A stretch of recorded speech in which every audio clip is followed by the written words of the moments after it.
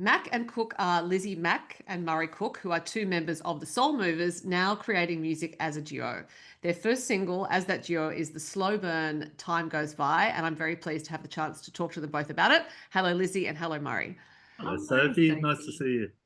Great to meet you and to talk about this song. And I will start with you, Murray, because we obviously need to address something up front, which is that you're a founding member of the Wiggles. I'm not actually going to talk about the Wiggles, though, because I think there's enough press out there about it. But I remember reading an article years ago that mentioned that you just love all sorts of music. So it was no surprise to me when I read that you had formed the Soul Movers with a different sort of musical focus. And I'd like to start by asking about that love of music. Was it from your childhood, or is it from your Yeah, childhood? yes, totally from my childhood. I mean, at school, I always, gravitated to choir and stuff like that. But really, I think um, in the late '60s, the Monkees television show came on, and I was just hooked. And then I realised that it was kind of a pastiche of the Beatles, so I really got into the Beatles, and it just kind of went from there. And I got really obsessed. I was totally obsessed with music. But one of the great things about I grew up in a country town, and growing up at that time, there was so much music on the radio. It wasn't just stuff that made the charts was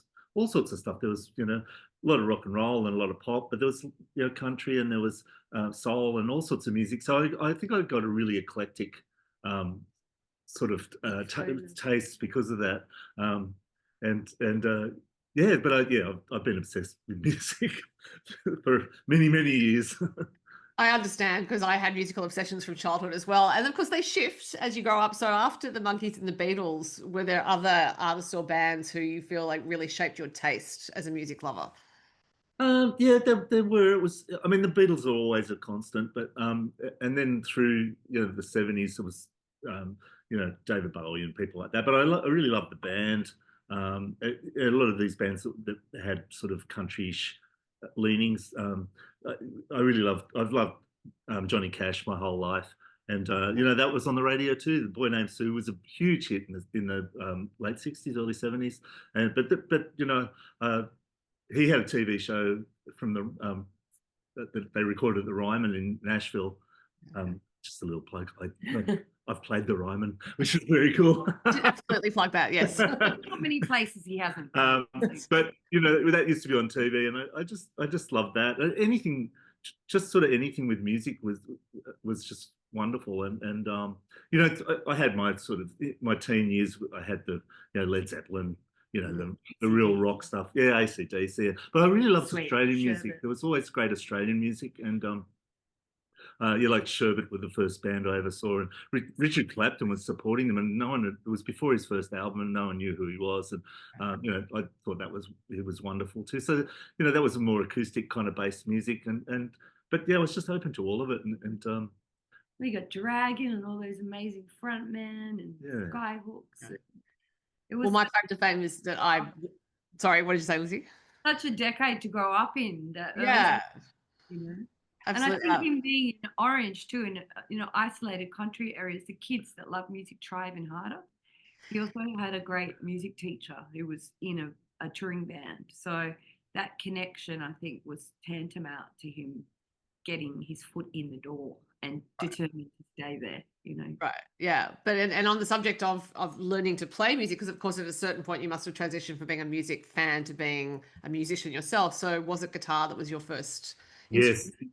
yeah, that whole Monkeys and Beatles thing was just, I was just obsessed. I mean, I guess I could have gone drums, but You could have gone bass like Paul, yeah, that's true. Which I have played a fair bit of bass as well. I play Right. bass on this track, Yes. but uh, yeah, I'm not sure that my parents would have been as open to drums, for No. instance. But I really pestered them to get me a guitar. No one else in my family um, played music. No one else in my family was like really obsessed with music the way I was. I had sort of great aunts. That was the other thing. We used to go to sing songs. My grandmother and her sisters and friends that used to get together and have sing-songs. So someone would play the piano and everyone would sing these old-time songs, which I love that. But there'd always be a couple of them who sang harmonies, and I'd be just looking at them going, how do you know how to do that? Yeah. So, so it did seem kind of magical and mysterious, and I was drawn in by that. But yeah, I pestered mum and dad to buy me a guitar, and they Went up to they did. They bought me a and it was a big deal too. He wasn't just a kid that got a expensive guitar thrown at him just in case it stuck. He had to work on his parents, and it was a lot of money back then. And so the commitment was that if we buy you this, was it 95 or 115? That was $80. $80, which is a lot. In 1971. That's like $300, $400. Yeah. If we buy you a decent guitar, then we expect decent practice and decent commitment. And it was a Maton guitar, and I've been associated with Maton sort of most of my career. So yeah. That's amazing. I actually didn't realize they'd been. I thought they, for some reason, thought they'd been making guitars like more recently, but I also don't know the history of the brand. But they go back to the 40s or 50s, I think. Bill May. I'm just going to shut that door. Because even to go into a guitar shop near where you live, I would imagine that Maton guitars weren't necessarily the prominent brand. So for you to choose one at that age, yeah, it was kind of recommended. I didn't know that much about guitars at that point, and I think my guitar teacher at the time said, you can get this one, and it's okay, but if you want to spend a bit more money, this Maton guitar is really good. I still have it too, and it was in the Powerhouse Museum for a while. Actually, there was a Wiggles exhibition, and it was in there, but I have it back now.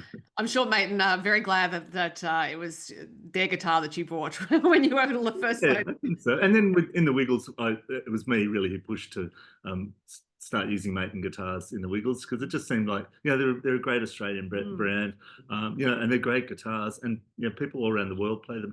George Harrison had one, and there's a picture of Elvis playing one in one of his movies. So they get around.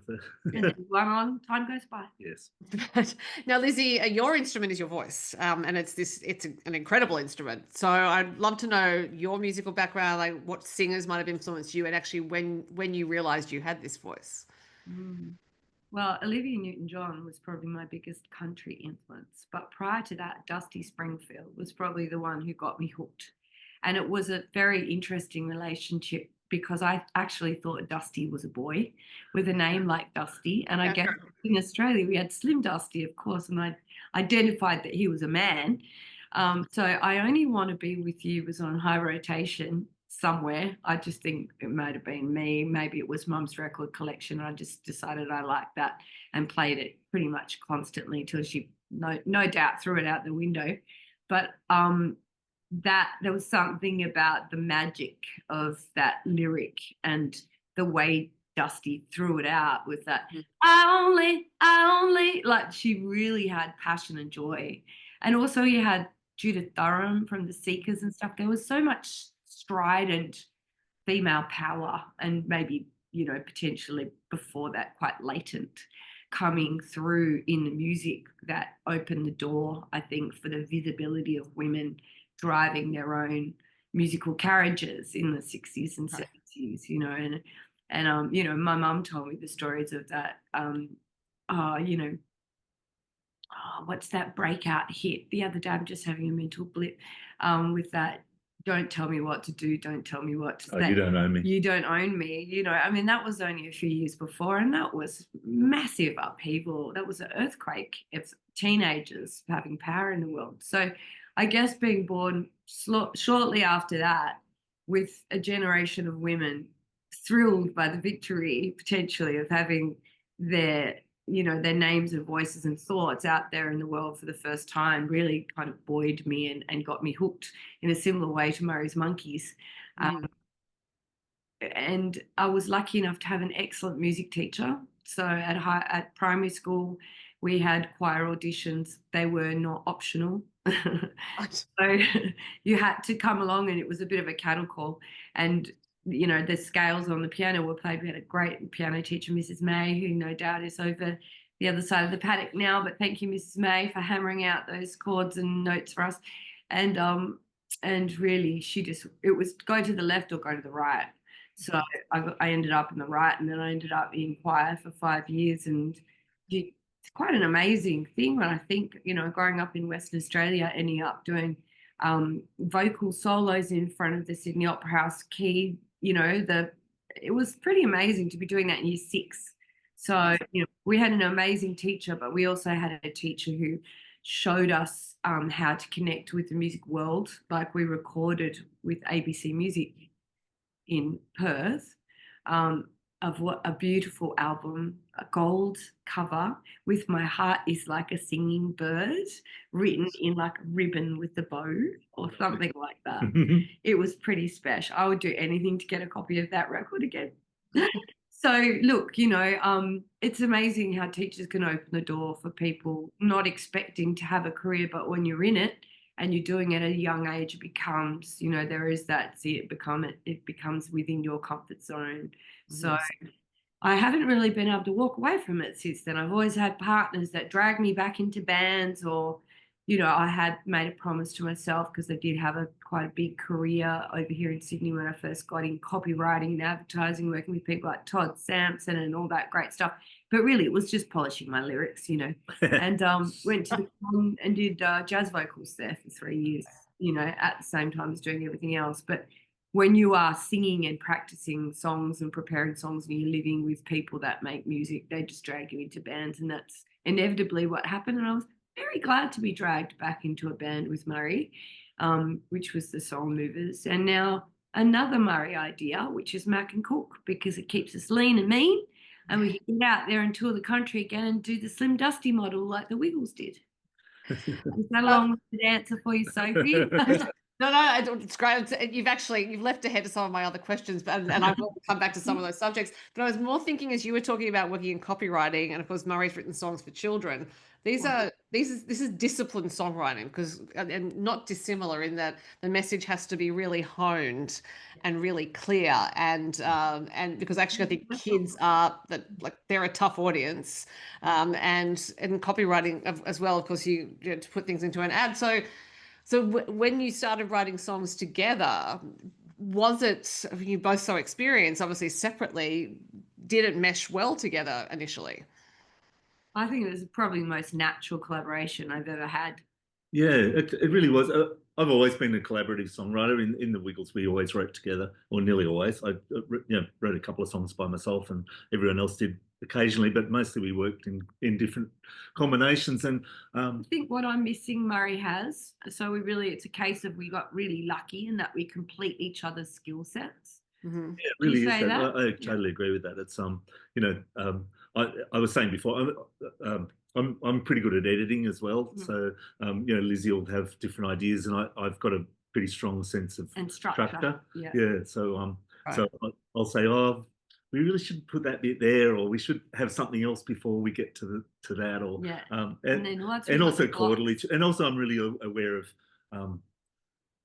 trying to use different chords and stuff to just make it a bit more interesting. Well, he'll play a different chord and he won't realize how good it is. And I go, oh, there's the bridge. So recycle amongst our ideas as well too.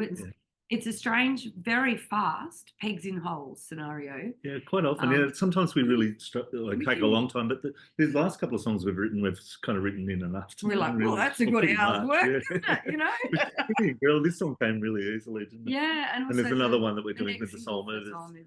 That was 1 hour. Bada bing. Right. I said to Mary, I think we're getting better at this. You'd hope so after this long. Yeah. Well, and Murray, you mentioned structure, and that is, of course, like the invisible element that is so important to any kind of storytelling, but it's not as if you can actually point to go, oh, there's the structure of the song, and audiences just know when it's working and not working. And that's obviously the foundation for everything else. But it's such a skill just to acknowledge that. Not really a question. Well, the interesting thing is too, and what's great working with Lizzie is she doesn't always have that in her mind, and so sometimes there'll be a push and pull about it. But sometimes I'll recognise that it's good to do something, like not just follow a rigid formula, and so I think that's just as important. This on time goes by. There's a few little things that if I was just doing it myself, I wouldn't have done, but it works really well, and I'm really pleased that we did it that way. I think also, if it's a story song, it needs 3 verses, because it's like a short film. You need a setup, you need some action to happen, you need resolution. So if it's a story song, like I think one of our most country songs is actually on Bona Fide, Start All Over Again, you know, and that's about a relationship, you know, on the tipping point of imploding, and then all the ideas around that, and then the possibility of starting over again, you know, and that takes a bit of establishing and a lot of deft groundwork. I think time goes by, and I'm really surprised by some of the comments from younger viewers this morning on our YouTube channel, because it only just premiered this morning, and we'd love you to go and watch the movie, which is kind of a day in the life of a touring musician. A lot of the younger ones, because there's words that say, all, you know, all the lives I've wanted, all the lives I've lived, now they're right here, and we're looking in, still so much more to give. I thought that related to our ideas as, you know, 50, 60-year-old performers, but it's actually just as relevant, if not truer, for people in their 20s who are trying to create that life. And 2 or 3 of the comments was, I got very teary thinking about this, because that yearning, that sort of angst yearning as a younger person, wanting something and feeling just separated from it slightly, or not having achieved it, or not seeing the inroads yet. So ironically, you know, we might have done it again, where we sort of not intentionally, well, sometimes intentionally we shake it loose, but not intentionally write music that corresponds to our generation, as well as the OG Wiggles kids that inevitably come with Murray. Yeah. 20s. Yeah. But I just recently interviewed an artist called Chelsea Berman, who's in her 20s, and she has a song called 20 something, in which she's pretty much talking about that, you know, the burden of feeling like she hasn't lived up to all these expectations. And I was thinking, oh, honey, look, you're in your 20s. It's all right. But I think it's that, you know, it can be. Without those high expectations, we never get there. And I think the people that have place high demands on themselves, whether they even know it at 20, you know, I just went, oh God, I had really high standards. I had really high expectations of myself in my university degrees, in different things. And it's not really that normal. But I think it is the push in the back that keeps you, you know, is at the grind, and leads you down the road to mastery, and also to the opportunities of working with really good people, you know.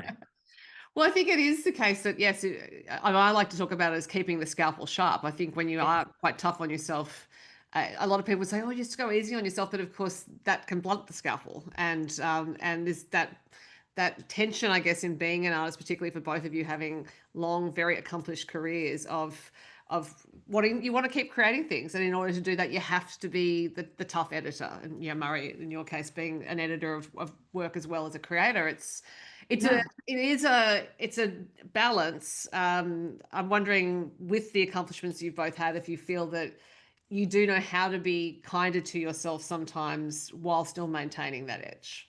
Well, can I pick you up on that last point? Because Kill Your Darlings, which was one of the things I learned at uni, for me just seems radical at first. You know, like, if you've written something or created something that's beautiful, why would you chuck it out? Well, one, a better idea might be coming, but the practice of honing and refining inevitably improves. And you don't really have to kill your darlings. You can keep the sweet for yourself on a personal note, if you like, if it is that personal. But moving into universal theme, into universal language where it connects to other people, inevitably means evolving it enough to leave the personal and move into the universal. And I think that's what probably Murray and I both appreciate about music, and the Beatles were brilliant at doing it. Because, you know, whether it's Dusty Springfield saying, I only want to be with you, or what's a Beatles song that has the same message as that, about girls, about living life, about going out. I mean, Friday on My Mind is another classic one, but that theme and that idea just shines through, and everyone understands and connects with it. So sorry if that's a long-winded non-answer. But no, it's definitely an answer. And Murray, for you, do you feel like you know how to maybe not kill your darlings? Yeah, yes and no. I still sometimes feel like I don't really know what I'm doing. You know, even it's funny that it's not imposter syndrome, because I know that I'm, you know, that I can do things, but you know, he's consistent too. He's a bit like that when he comes to park the van. He stops and he goes, Okay, you're parking the van. It's all good. No, it's just more that, some of it is still mysterious. I said before about music being mysterious, and some of it still is mysterious to me, even though, I do kind of understand it. Mhm. And I kind of like that. I think that's one of the things that drives you as well. You're kind of still looking for things. Every now and then, I'm getting on a bit, and every now and then you think, oh, I could probably just, stop doing this and just, but I couldn't. I can't do that because He's a lifer. I think musicians and artists, it's not, you don't really retire. Well, some do, but mostly not. And why would you retire when you're on good stuff? It's so much fun. For Murray, it's the mystery. For me, it's my real connection to, it's not spiritual, but it's a higher power. And when you're making music and you're feeling that dropping down in such a good connection because you've honed it over, decades, you just go, everything else, you can see why artists are a bit messy or a bit unreliable because, whether the plates are done or there's a bit of junk in a lounge room or you're running a bit late, it matters not compared to the experiences that you can have when you're embodying such a creative force. Yeah. Well, except I have to say, Murray has very orderly record shelves behind him, and I've just noticed there are a lot of awards on top of those shelves as well. Yeah, there's quite a few arias. They're up high, so you can't hurt yourself. But if you actually look around, when Lizzie said, stuff around the lounge room, I looked around, there's guitars everywhere. It's like guitar headstones, a whole field of. They're all alive. They're alive to me. They And are. they're tools of trade, you need to have. They're tools of trade and works of art, I think. They're absolutely. Yeah. And I don't even notice them anymore because that just seems perfect to me. Yeah.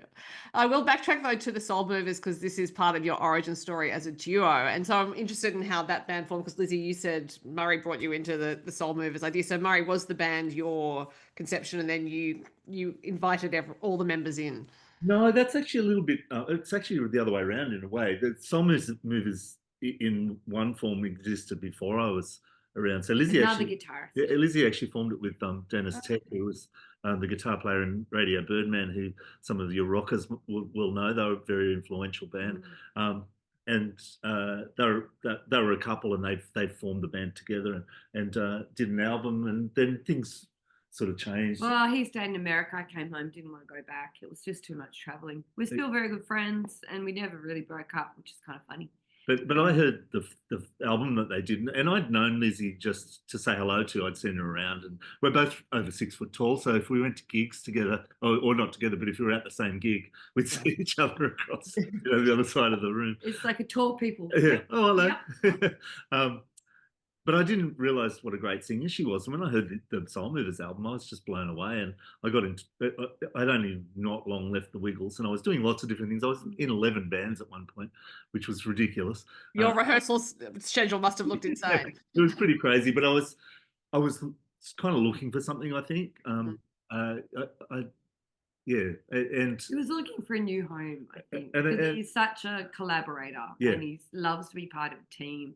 And that team is his band. So I was playing with a few different people who were sort of writers who just wrote by themselves. So I was contributing musically, but not to the songwriting. And then when Lizzie and I started writing songs together, it was like, oh, this is good. And we went from there. And it was Murray's suggestion because I was doing something else at that stage, and with another guitarist who's quite well known. He'd gone back to the UK for 3 months to see his mum, and Murray literally got in contact the week he was going, and we'd ordinarily have rehearsal on Saturday, and Murray said, oh, I've heard your album, you're really great and love to do something, and just let me know if I could, you want to meet up and have a jam or whatever. And I said, I've literally just heard from Dean Coulter that he's having to go away. What are you doing on Saturday morning? And it was that classic shuffling of papers, oh yeah, I'm free on Saturday, like this, and literally came every Saturday. And like when Dean eventually got back, we were already blown the dust off the Soul Movers songs because Murray suggested that. And he said, nothing wrong with these songs. And so we started with 10 and 20, 30, 40, 50, 100, 150, how many, albums later. So yeah. Several albums, yeah. Well, I think one obviously in the first incarnation, then 4 since then. So highly productive. Right. But obviously, at a certain point, this idea of the duo emerged. So, Murray, was it your idea to do this? Yeah, yes, it was really, and part of it was I think we were just getting late last year. We were just getting a little burnt out with the band, not Exhausted. musically, but it was just It's Lizzie so does much so work. much of the organisation, and we do a lot of it together, and it's just so much work and getting, wrangling 5 people, Whose lives got more and more. flights, And they're hotels, and as And Lizzie they're said, not young people, they're having babies and getting married, and you feel bad depriving them of being around their partners through those processes. so we thought just this year, let's like step back a little bit from the Soul Movers, and we've still been doing shows, and especially festivals. We wanted to sort of just do more festivals with the Soul Movers, and we love doing that. It's great fun. Yeah, that's our festival band. But also we get gig offers all the time from smaller venues, and we hate to say no. We're not no people, and they'd be like, "Oh, we've got X amount of money or whatever," and we'd be like, "That's not even going to cover the hotel rooms," because we work with high flyers. Our band, they need to be picked up in nice hotels, and they get paid top dollar, and we're happy to do that, but we kind of do it for nothing, and it's a lot of work. So feeling like a traveller arranger who's just constantly been asking questions about loading and whatever. It's not what the music was ever about, and why we were ever about. So it's actually been therapy. Yeah, I think we just wanted something a little bit more flexible where we could say yes to, So on Sunday we're playing at the Palomino bar, which is just near where I live, which is next door to Enmore Theatre. Yeah, that's where the bar is, and it's going to get tiny. his trolley out and drag it up the street. It's a tiny little bar, and you wouldn't fit the band on, but it's great fun playing. That's kind of more intimate shows. We've really found that we're enjoying them. At first, it was really scary. It was very scary. You could see the people you're singing right to. It's like, hey, but then you realise they're laughing at your jokes. If there's a joke lyric in a song, I thought, oh, wow, that's cool. 1, I can sing all the country stuff that we've been writing for the last 10 years. But 2, was it the say that you're leaving? You say that you're leaving, but you don't go. Say that you're leaving, but you stay. Say that you're leaving, so I started grieving. But now I'm only grieving because you stayed. Like this lady up the front goes, stop. And I was like, yes. So there's different connections you can make, I think, with a smaller combo. And I've been using a little bit of technology with a looper pedal and stuff, and that was part of the scariness. Unbelievable! I'm so proud. He's a looper. Yeah, he's a looper man now. Well, it's a technique that I actually have been seeing it used in a few more country shows. I've got to say, I use it more just to have a bed that I can then play over the top of. So it's, he's not supportive of the idea of me getting on one of those stomper machines, though. I think they get a bit too far. Yeah. I'll play to the tambourine. Yeah.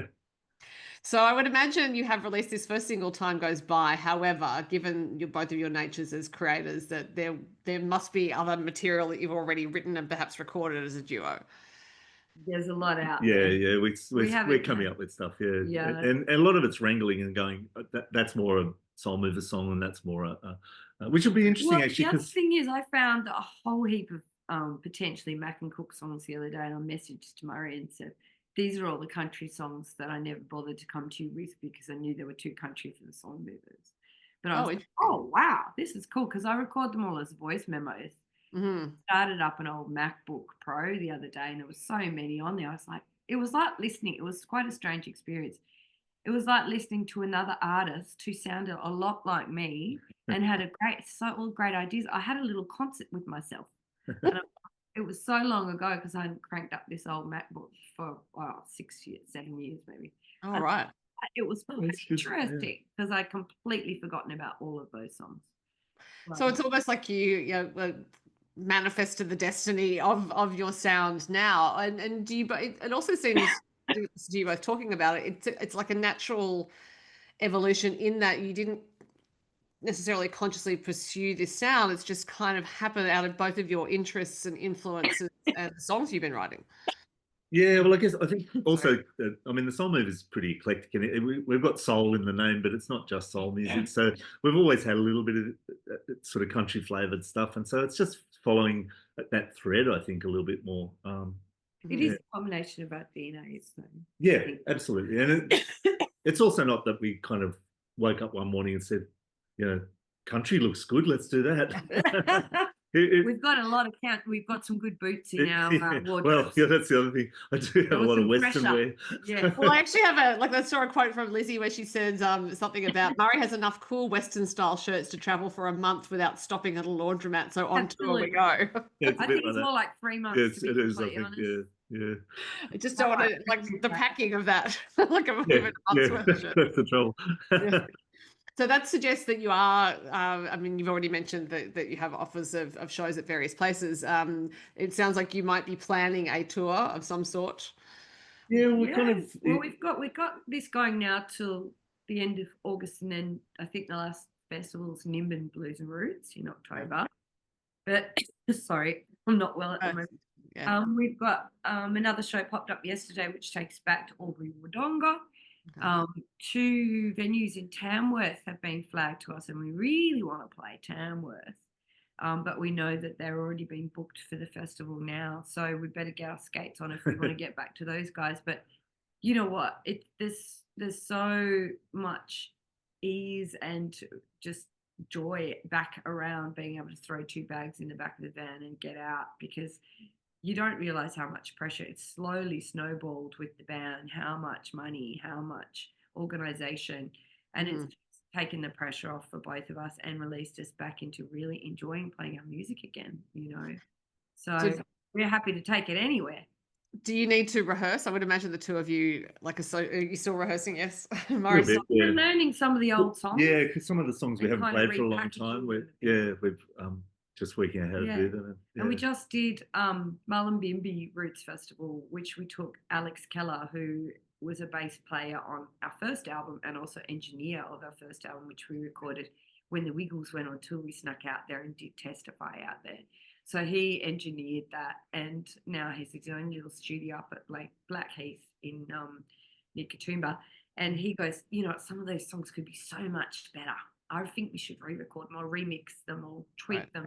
And a lot of them are country. So I think we've already got the beginning of Mack and Cook album. It doesn't sound like you got the beginnings. It sounds like you have the album. It's Yeah, I think we might actually. but maybe mixing the songs now. Sounds like it's already recorded. And Well, people can. I'm going to leave it there because Lizzie, I know you are unwell, and I do thank you for doing the interview. No, it's more that I want you to rest your voice because I think you have other media to do today. It was so lovely to talk to both of you, Mack and Cook, Lizzie Dent and Murray Cook. So there's a website people can go and find out when you're playing and listen to the song Time Goes By. Thank you both for your time. Thanks, Thank Sophie. you, Sophie.